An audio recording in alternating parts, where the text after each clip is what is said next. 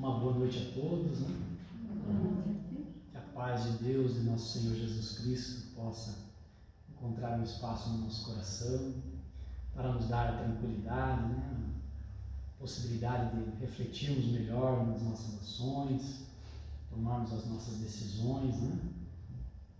Nós estamos vindo de um mês bastante reflexivo para nós, né?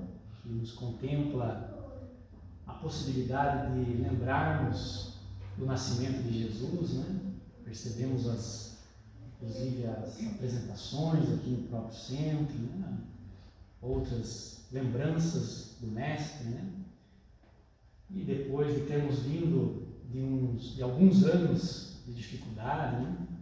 De desafios pela pandemia, agora a guerra, até mesmo os extremismos que estamos sendo alvos, né?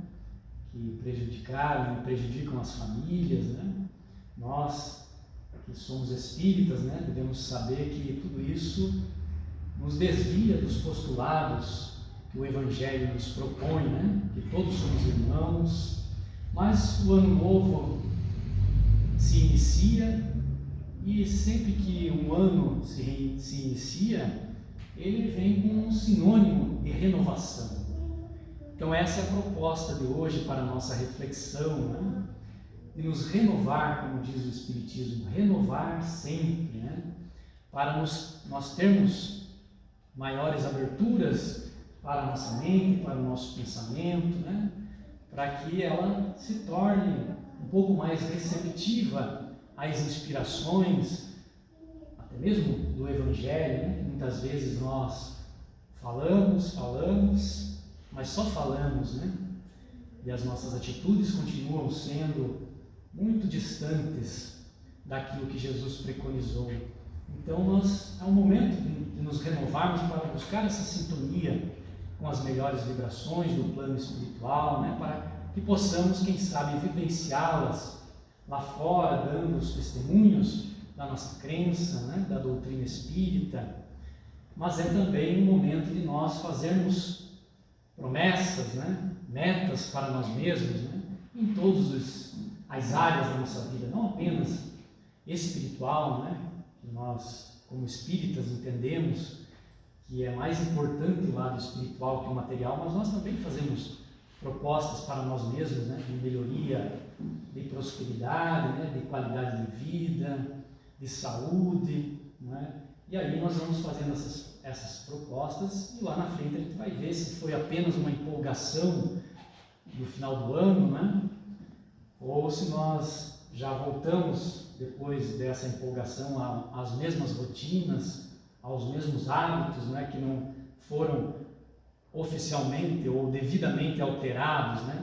Então nós vamos, com essa reflexão, nos apoiar na doutrina espírita, naturalmente, porque ela nos ensina que o ser humano, ele é autor da sua plenitude. Nos informa André Luiz que o meu pensamento hoje é a realização futura. Então, eu sou artífice da minha plenitude ou da minha desdita, conforme o comportamento que eu me permito ao longo da minha caminhada, não é assim?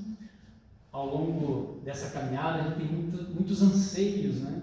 E muitos deles dizem respeito, por exemplo, à ânsia de fruir dos prazeres que nos tocam os sentidos, que a vida material nos proporciona, né? Como se essa função da existência fosse apenas a frivolidade das emoções, das sensações, né? E essa ânsia, esses anseios nos levam muitas vezes, se não estamos bem embasados no conhecimento espírita, no Evangelho, né? A desatinos. Por exemplo, os desatinos da desonestidade, da conduta perniciosa e até da criminalidade, né? Para que nós possamos então alcançar as nossas metas ou os nossos interesses pessoais, né? De fruir dos prazeres, sem consideração real por nós mesmos, pela sociedade que nós vivemos, ou pelo futuro, né? Tanto nosso como daqueles que convivem conosco.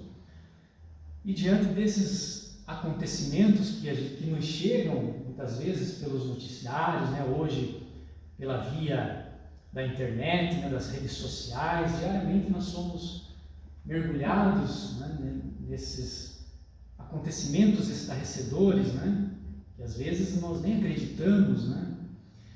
Então cabe-nos refletir a respeito deles e chegarmos talvez a entender que nós fazemos parte da sociedade. Então devemos refletir qual é a nossa participação a respeito disso, né? Na sociedade, na família, no movimento espírita, por que não, né? E através dessa reflexão oferecermos contribuições que facultem talvez o progresso nessa comunidade em que nós estamos inseridos. É importante nós fazermos então essa retrospectiva, né? Muito comum no final do ano, né? O que é que a gente fez ao longo, por exemplo, do ano que se passou, 2022, né? E essa análise ideal seria se nós parássemos todos os dias e fizéssemos essa busca, né? Essa reflexão dos nossos anseios, dos nossos planos mentais, né? O que é que eu vou fazer hoje? Quando eu acordo, né, eu já penso, o que eu posso fazer hoje que pode me tornar um ser humano melhor, né? Como é que tem sido as minhas construções íntimas? Como é que tem sido o meu pensamento, né? Onde está o meu pensamento, né? Já dizia Jesus, né? Onde estiver o seu tesouro, aí estará o teu coração, né? Então, muitas vezes o nosso coração, onde é que ele está? Nos interesses pessoais, porque é aí que está o nosso pensamento. Então aí nós podemos, com essa análise, nos propor ações edificantes que podem ser trabalhadas dentro de nós mesmos, né? E até com certa naturalidade, passo a passo, sem aquele almejado milagre, né? Porque nós entendemos que somos ainda pessoas com todos os defeitos que temos, então tem que ser passo a passo, né? A conquista, muitas vezes a gente quer conquistar as coisas sem ter muito esforço, né? Sem perseverar, né? Quer as coisas prontas, né? É bastante comum as pessoas, principalmente no final do ano, né? Colocar uma meta, né? de qualidade de vida, de emagrecer, de melhorar a alimentação, né? de conquistas profissionais, né? E coloca uma meta fora da realidade e ali na frente desiste, né? Porque nós temos muitos condicionamentos que ainda são inferiores, né? E aí a gente, eu tenho um condicionamento de assaltar a geladeira de madrugada, né? Como é que eu vou emagrecer, né? Então essas propostas que nós fazemos para nós mesmos tem que ser passo a passo, né? Dentro da realidade, mas com perseverança, para que nós possamos lograr substituir esses condicionamentos ruins por outros melhores, né? E como que eu faço isso? Primeiro, né, nós que somos espíritas, temos que ter em mente, né, porque até parece que é chovendo molhado, né? Mas eu tenho que ter claro na minha mente, e não apenas ler os livros, né? Eu tenho que ter claro duas coisas. Primeiro, que existe vida depois da vida. Porque se nós somos espíritas, nós acreditamos nisso. Mas será que nós vivemos como se a vida tivesse uma continuidade? Não é? E segundo, eu sou um espírito imortal, né?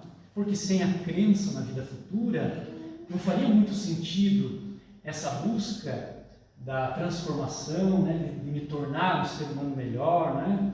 Porque quem ainda não se percebe esse espírito imortal, dificilmente vai conseguir conquistas, por exemplo, do autoconhecimento, né? Porque vai estar fazendo de si mesmo uma análise limitada a uma temporalidade que começa no berço e vai terminar no túmulo. Então, eu não vou fazer muito esforço. Por que me esforçar se a vida acaba e depois não tem mais nada, né? Então é preciso que tenhamos em nossa mente esses dois pressupostos da doutrina espírita. Depois da morte, a vida tem uma continuidade, porque eu sou um espírito imortal.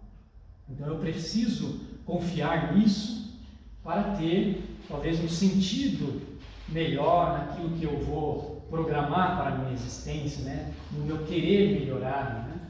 E fazendo então uma analogia com as promessas no final do ano, né, que muitos de nós fazemos, nós também lembramos das promessas que nós fazemos antes de encarnarmos, de mergulharmos para esta existência, né? A ideia basicamente é a mesma, né? Só que o alcance tem de ser maior, né? Porque quando nós embarcamos, né, na vida corporal, a gente faz uma promessa para aqueles que nos ajudaram na programação, né? Ah, não, dessa vez eu vou conseguir me acertar com fulano, né? Vou melhorar a minha tolerância, vou diminuir o pavio, né? Como diz a Neque Guimarães, né? Porque a gente às vezes estoura muito fácil, né? Se eu conseguir diminuir o pavio, né? Ou melhor, aumentar o pavio, né? Porque a gente tem um pavio curto, se a gente aumentar um pouquinho, até a gente vai explodir menos, né? Então, a gente faz essas promessas também antes de reencarnar, né? E nesse contexto de que a minha existência ela é constituída de várias reencarnações, né? De múltiplas existências, a ideia então do conhece-te a ti mesmo toma uma forma ou uma amplitude muito maior, né?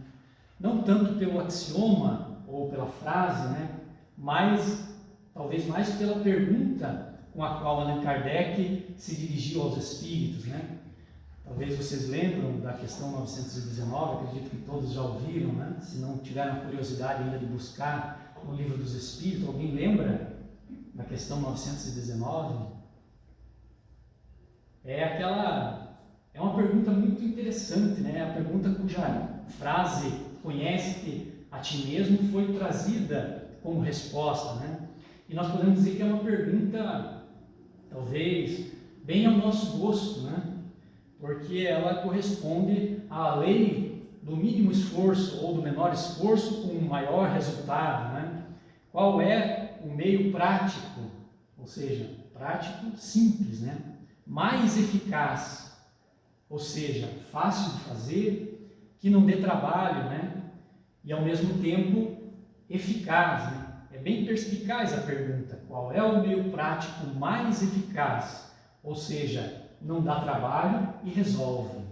Então, qual é o meio prático mais eficaz que tem o homem de se melhorar nessa vida e de resistir à atração do mal? E os espíritos então responderam a Allan Kardec, né? O sábio da antiguidade já vou disse, conhece-te a ti mesmo, né? Então, o autoconhecimento, o conhecer-se, é um meio prático, é um meio simples e é um meio eficaz, dá resultado. Essa máxima que muitos dizem socrática, mas que na verdade ela precede a Sócrates, é uma das máximas escritas na entrada do templo de Apolo em Delfos, né? Conhece-te a ti mesmo, conhecerás todo o universo e os deuses, porque se o que procuras não encontras primeiro em ti mesmo, não acharás em lugar nenhum. Então isso, e Sócrates, quando conheceu o eu, percebeu que era a chave para um processo de libertação, né? E aí ele adota então o conhece-te a ti mesmo como um dos seus pontos referenciais na observação da vida. Mas é algo interessante porque nós buscamos muitas formas e muitas coisas para tentar nos conhecer, nos entender, né? E os espíritos disseram a Allan Kardec uma só, né? O autoconhecimento. Não é trabalhoso, porque parte de nós mesmos, né? Nós é que vamos nos analisar, né? Somos nós que passaremos a perceber, a nos entender, né? E a antecipar as nossas reações. Esse é talvez um dos segredos, né? Quando eu me conheço, eu sei qual será a minha reação. Então, por isso é prático, é eficaz, porque assim fazendo a gente evita muitos erros, né? Muitas coisas que a gente faria, né? Embora ainda o nosso condicionamento, mesmo que a gente não queira, né? Como dizia Paulo, né? Aquilo que eu quero eu não faço, mas o que eu não quero eu faço, né? Porque são os nossos condicionamentos inferiores ainda, né? Mas essa pergunta e essa resposta profunda, ela foi sucedida por uma outra pergunta, a 919A, né? E Allan Kardec diz assim: entendemos a sabedoria dessa máxima, mas a dificuldade está justamente em nos conhecer. Como fazer?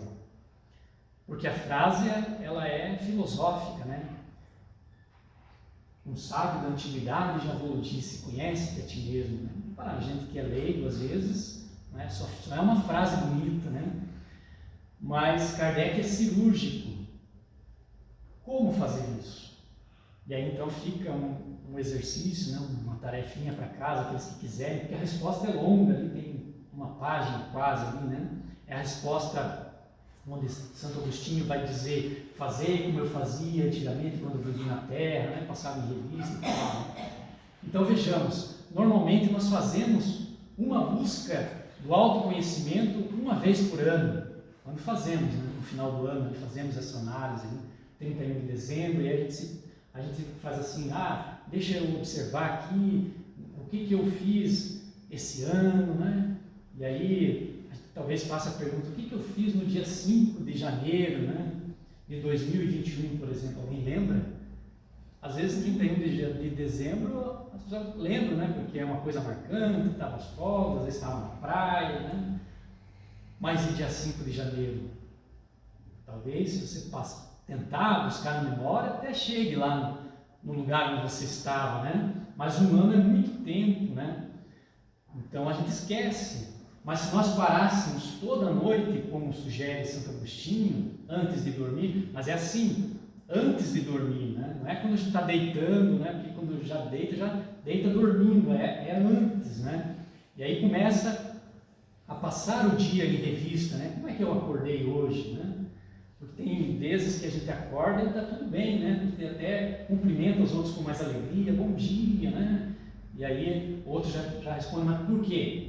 Só se for para você, né? Então são as diferentes. Às vezes a gente que acorda de mau humor, né? Meio mal-humorado, então essa reflexão nos ajuda a entender e talvez no outro dia já acordar melhor, né? Eu acordo e me lembro, ontem eu não estava muito bem, hoje eu tenho que ser melhor. Então eu já mudo o meu pensamento, né? E aí eu fico pensando, como que eu acordei? Como é que foi a minha manhã, né?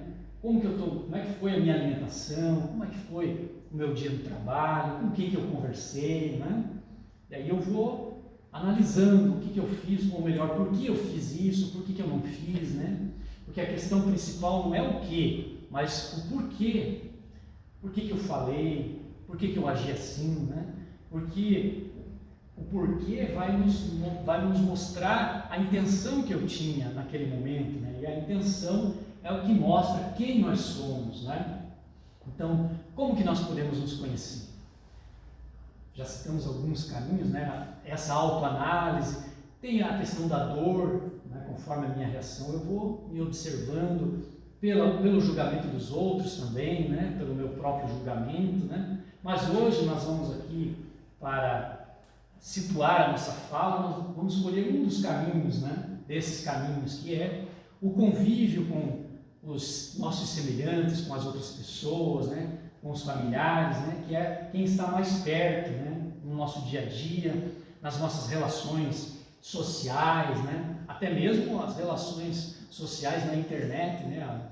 As redes sociais, como se diz, a gente pode se conhecer nesses momentos, né?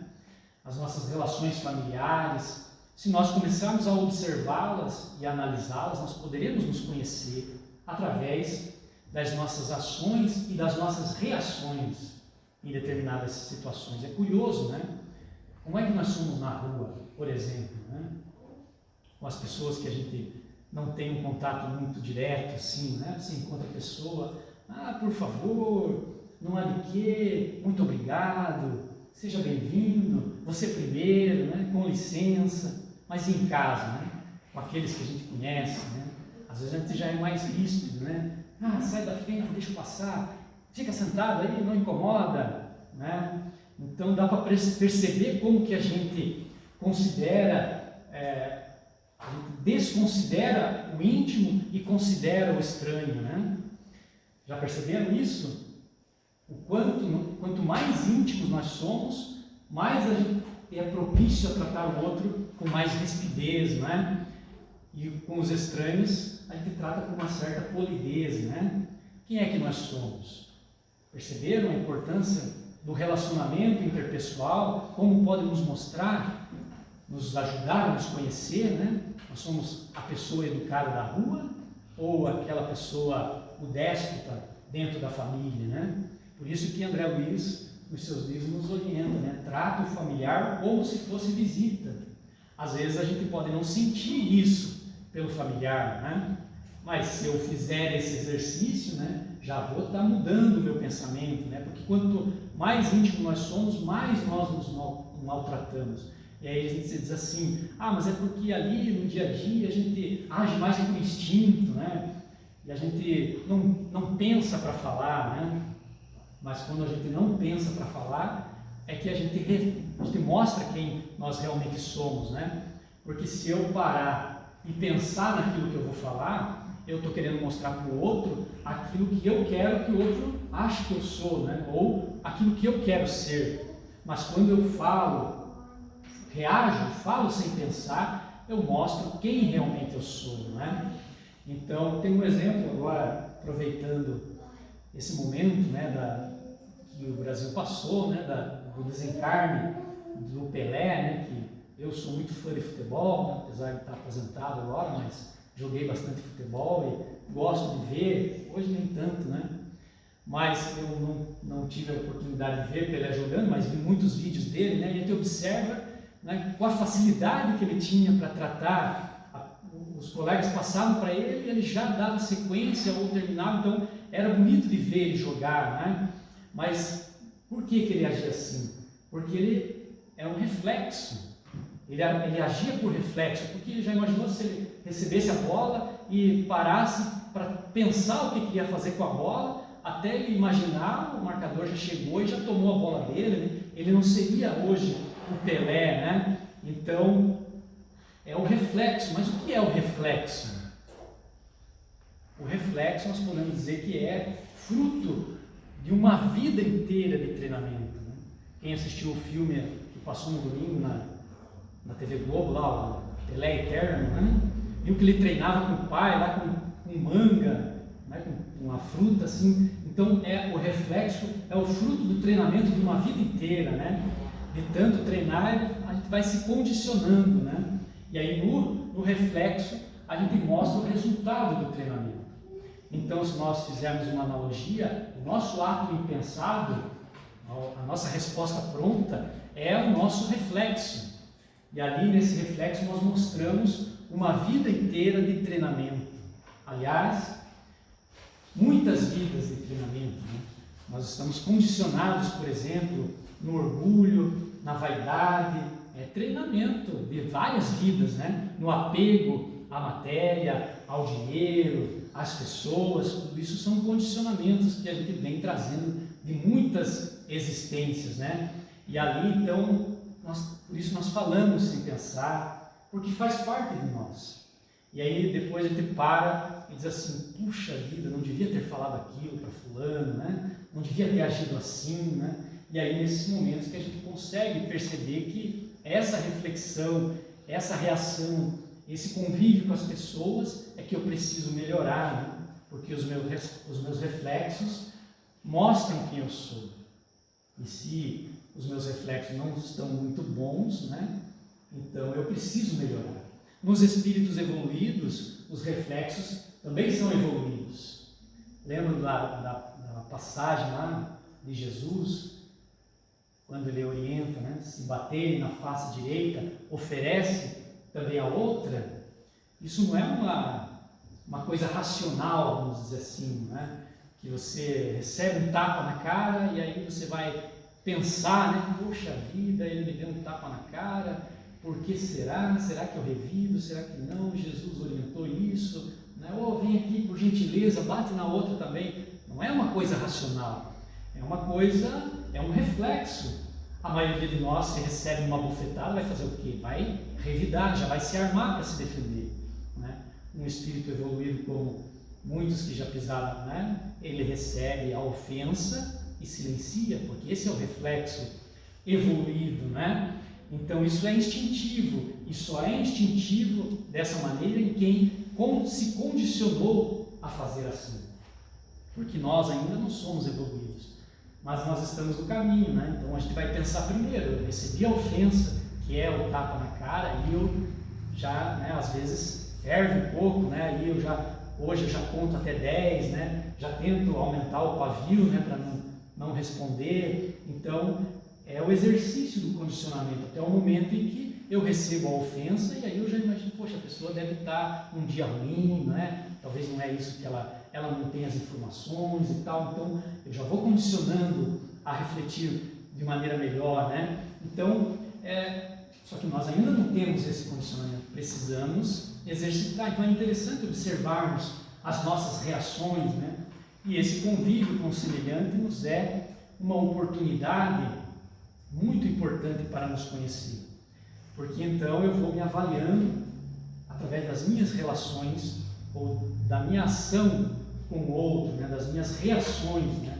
E aí eu vou treinando para substituir os condicionamentos ruins por outros melhores, né? Então esse é o objetivo do Conhece a Ti Mesmo, né? Em nos conhecer, para mim está na codificação, o autoconhecimento é a chave do progresso individual, né? Para quê? Para não repetir os erros que nos levam ao desequilíbrio, né? Então, se eu me observar, eu me descubro, eu me percebo, e aí eu passo a me conhecer. E para esse processo de nos conhecer pelo convívio com outras pessoas, nós temos um grande laboratório, que é a nossa família. Porque ali estão pessoas, né, que mais eu tenho necessidade de conviver, para talvez aparar as arestas, né, dar testemunho dos meus aprendizados, né, aprender a perdoar, a compreender, a tolerar, né? Como disse a mensagem no começo, né, você está no lugar onde deve estar, né, na família, no melhor lugar é ali onde você está, né? Algumas pessoas dizem, eu não pedi para nascer aqui, né? Eu não escolhi isso, né? Eu não escolheria assim. Escolhemos sim, né? E até atraímos muitas vezes, né? Porque a nossa conduta, o nosso condicionamento, que tem relação com outras pessoas, nós temos que nos juntar, né? Então, o amar aos inimigos, por exemplo, que Jesus falou, é difícil você amar um inimigo sabendo que ele é teu inimigo, mas quando reencarna dois inimigos na mesma família, sem saber, né? Só vai aparando as arestas, né? Às vezes não bate bem, mas o exercício vai trazendo um resultado melhor, né? Para que no futuro, quando retornar ao plano espiritual, se reconhecer como inimigos, já conseguimos nos conviver ali como irmãos, como pai e mãe, como, né, filhos. Então, em outras palavras, nós escolhemos estar ali, até às vezes é a necessidade, né? Se nós olharmos a questão 258 do Livro dos Espíritos, que trata sobre a escolha das provas, em que se pondera ali se tudo o que nos acontece está programado, né, como uma fatalidade, né, se é escolha nossa. Em outras palavras, os Espíritos dizem que sim, que nós mesmos escolhemos os gêneros das provas que vamos passar. E na questão 259, tudo que é questionado, tudo que nos acontece, então é escolha nossa. E aí eles dizem, nem tudo. As grandes coisas é uma programação que nós fazemos antes de reencarnar. As mais relevantes, né, são escolhas nossas, né, junto com o nosso mentor ali, que vê as nossas possibilidades de vencer ou não, né? Então, as coisas mais pobrezinhas do dia a dia, né, são fruto do nosso livre-arbítrio, né? Porque senão, se tudo fosse uma fatalidade, né, qual seria a vantagem de eu pensar, de eu sentir, né, se está tudo definido? Mas então nós temos o livre-arbítrio. Um tropeçãozinho aqui, um esfolar de dedo ali, uma pedrada, né? Isso não estava programado, mas os grandes acontecimentos estão programados. E a família é um grande acontecimento, né? Então eu percebo que eu estou no lugar certo. E aí então eu posso, entendendo isso, parar de reclamar, né? Para de ficar invejando a vida dos outros, né? Começo a entender que a melhor vida do mundo é a minha vida, porque só eu posso vivê-la, não é? Mas aí se eu começar a ver dentro dessas relações que nós temos, né, no dia a dia, alguém fala alguma coisa de atravessado, né, que não caiu muito bem, e aí eu me pergunto assim, por que eu me afetei tanto com o que fulano falou, né? E eu digo assim, ele é um irresponsável, ele não tinha que falar isso e tal, né? Mas se ele não tinha, por que me afetou tanto? Por que me incomodou tanto, né? E aí a gente, estudando um pouco, até mesmo a doutrina espírita, a Joana de Ângeles, né? Vocês vão ver que a gente projeta no outro aquilo que a gente tem dentro, né? Então, eu tenho que tomar cuidado. Se eu acuso muito o outro de desonestidade, isso me afeta demais, alguma coisa dentro da minha ética não tá certo, né? Porque se o outro faz alguma coisa errada e eu não me afeto, eu sei que é errado, eu não estou sendo conivente, mas eu sei que é o nó dele, ele vai ter que resolver, não é? Então, esse é o nosso trabalho. Se me afetou, é porque há uma ressonância. E aí, então, eu começo a perceber, não é, que essa pessoa, que em parte ela está certa, né, em parte não, eu começo a refletir. Então, é a autoanálise que vai me permitir isso, né? E é a autoanálise que vai me permitir a tão comentada no movimento espírita reforma íntima, né? E o que é a reforma íntima? Reforma íntima não é destruir o mal que existe dentro de nós, né? Porque todos nós temos os nossos defeitos, as nossas falhas, né? Então não é tão simples, simplesmente ir lá com um martelinho quebrar e pronto, destruir o mal, mas sim fortalecer o bem. Isso é a reforma íntima. Fortalecer aquilo que nós trazemos do bom, e todos nós trazemos o germe do bem, não é? Porque o bem suplanta o mal, e suplantando, o mal vai desaparecendo. Porque, como dizem os Espíritos no capítulo 3 de A Gênese, o mal é a ausência do bem. Ou seja, o bem é o bem, ele é alguma coisa, ele é. Agora, o mal é onde falta o bem.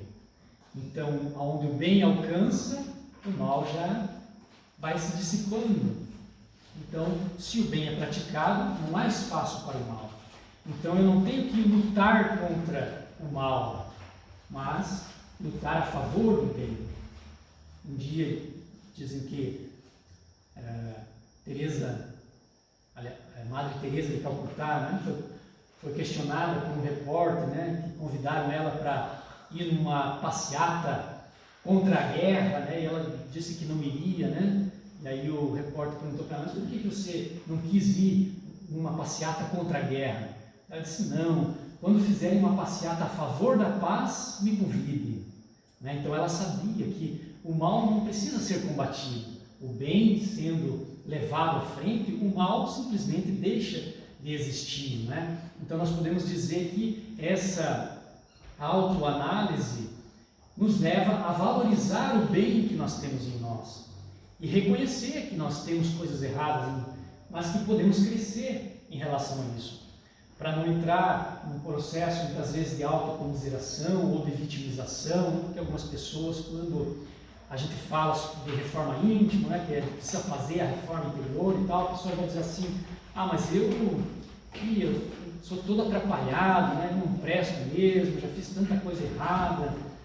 E aí a gente olha, talvez ela deveria dizer assim: nossa, realmente, eu já estou tudo errado, mas quanto eu posso ainda crescer, né? É mudar o jeito, trocar a lente, né, que nós vemos as situações e vemos a nós mesmos, né? Então olhar e dizer assim: sim, eu tenho posturas equivocadas, mas eu tenho potenciais, não é? Depende só da minha vontade. Aquela história, né, dos dois cachorros que vão brigar, né? Quem que vai vencer? Aquele que tiver mais alimentado, né?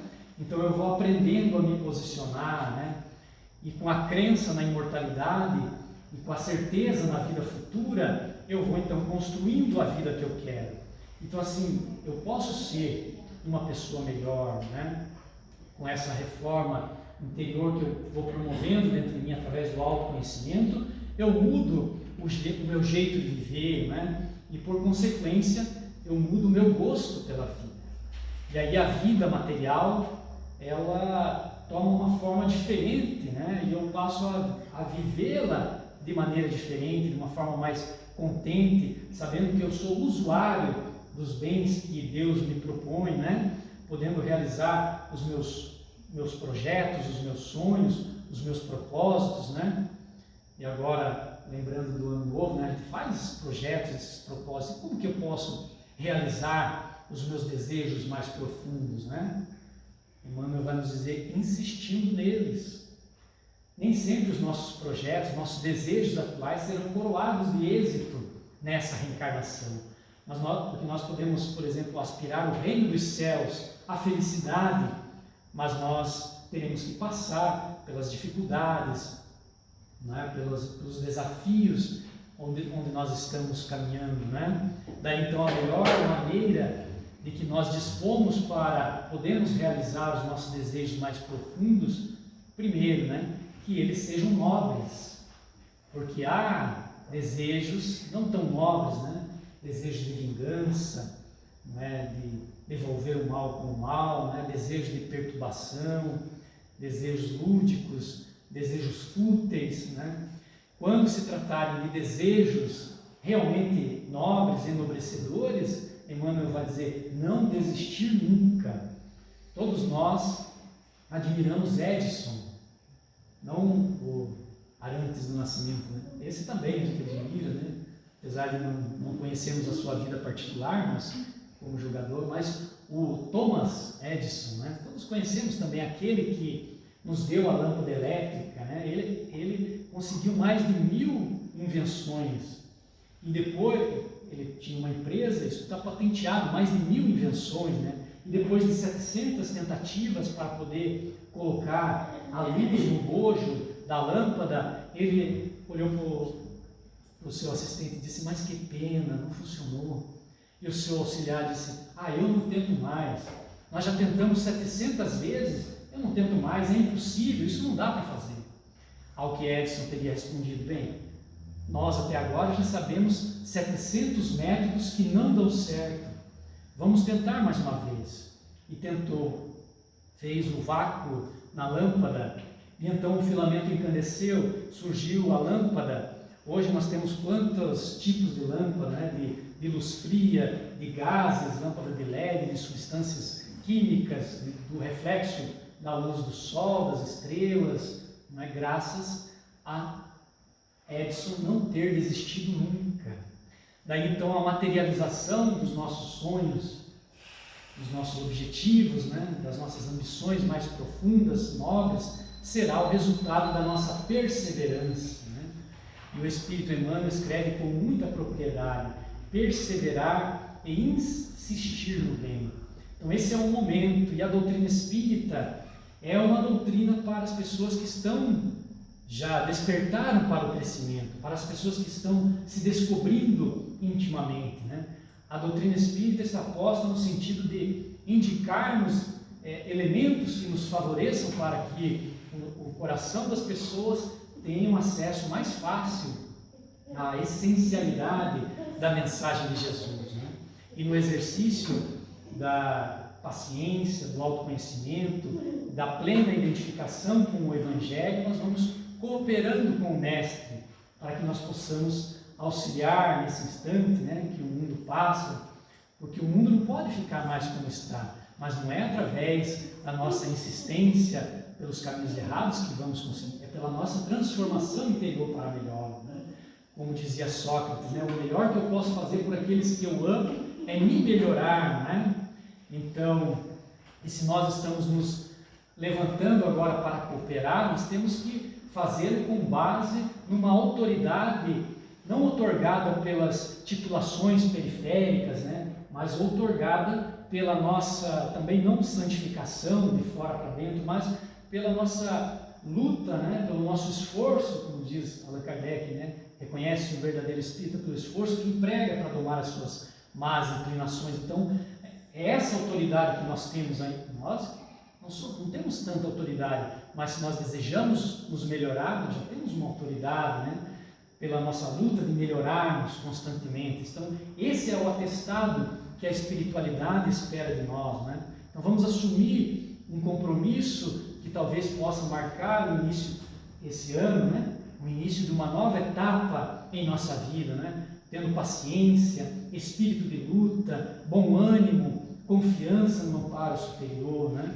E ao tempo que nós vamos então renovando as nossas expressões interiores, a nossa ótica de vida, né? Nós nos vamos nos colocar como intimidados, né? Mas confiantes, esperançosos, né? Nesse tempo em que o Espiritismo já esteve no mundo, né? Hoje mais ou menos 150, não sei fazer uma conta, mais de 150 anos, né, da codificação da doutrina espírita, né, como o esplendente sol diluindo os miasmas da longa noite moral da Idade Média, né, e mais recentemente, né, ainda que pouco a pouco, são incontáveis, por exemplo, aqueles que vêm recebendo da doutrina espírita o sustento para viver com entusiasmo, vêm recebendo a motivação para prosseguir nas lutas árduas, sem pensar em fugir do palco dessas graves experiências que a sociedade passa, né? Quantos que através da doutrina espírita se arredaram das ideias suicidas pelo entendimento de que ninguém morre essencialmente, né? Quantos desistiram do abortamento por terem admitido que é um assinte, né? Essa atitude é um assinte contra as leis de Deus, né? Quantos se decidiram por manter iluminada por Jesus a estrutura do seu lar, ao verificarem a sua importância no progresso familiar, né? Quantos se dedicaram e se dedicam a estudar as leis da vida e a estudar-se, né? Buscando conhecer-se, anelando o entendimento e a melhoria de si mesmo, né?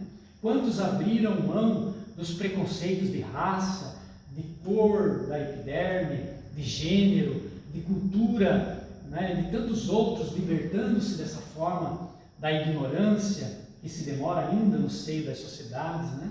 Quantos que se esforçam por servir, por amar, desejosos de se tornarem cada vez mais úteis no campo da sua existência, né? Quantos que, através do conhecimento da doutrina espírita, têm renunciado às pressões do homem velho, na corajosa busca dos valores do homem novo, conforme as orientações e considerações do apóstolo Paulo, né?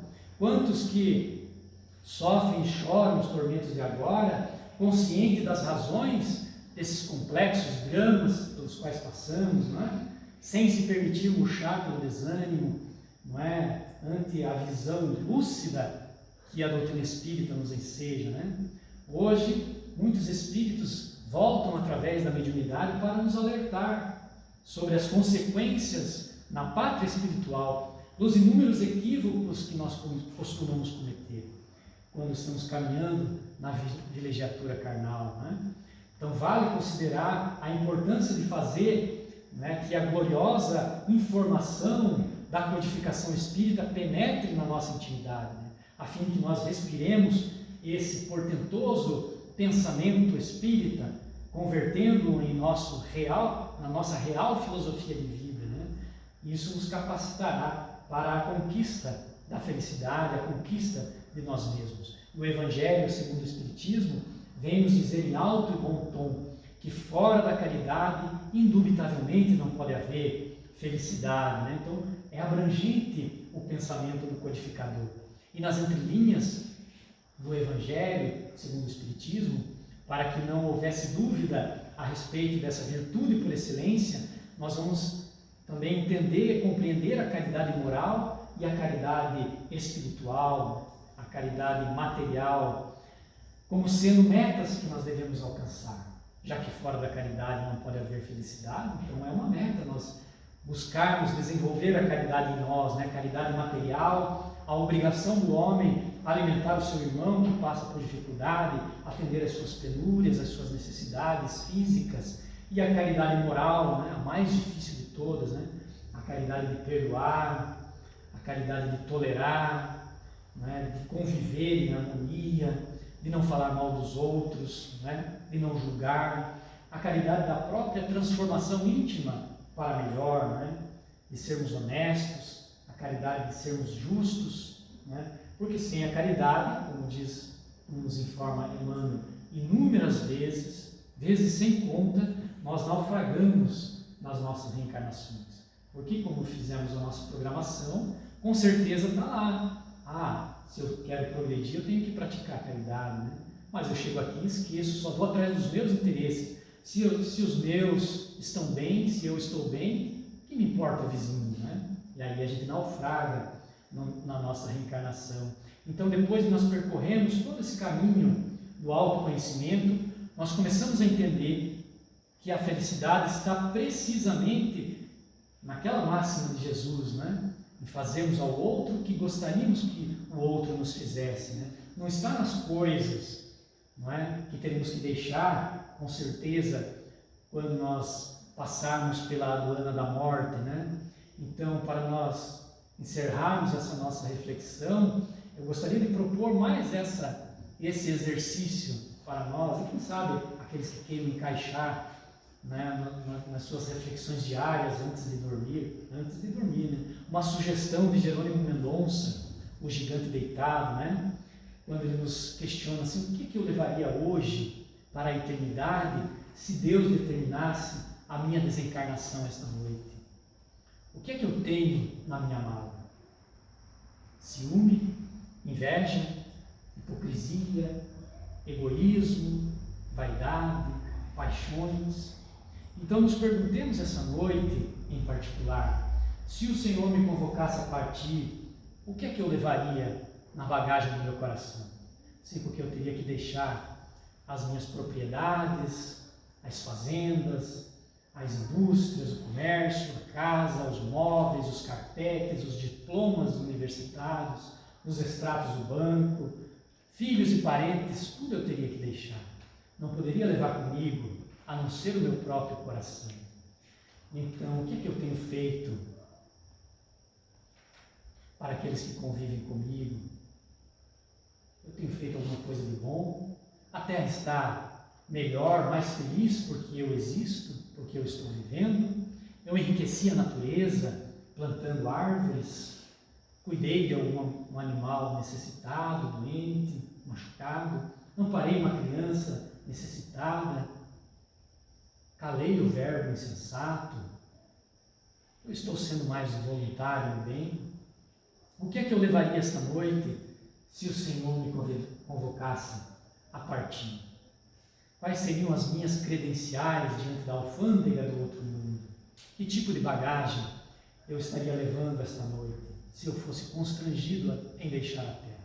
Então esta auto-revisão de consciência, esta autoavaliação talvez nos ajude a amanhã despertar um amanhecer de um novo dia e assim, com essa reflexão, ser talvez melhores pais, melhores filhos, melhores irmãos, né? Melhores amigos, cidadãos, melhores espíritas cristãos. Porque, como nos diz Emmanuel, citamos mais uma vez, né? Todo o dinheiro do mundo não paga o valor de uma consciência tranquila na beleza de um sorriso fraterno. Todo o dinheiro do mundo não paga o valor de uma consciência tranquila na beleza de um sorriso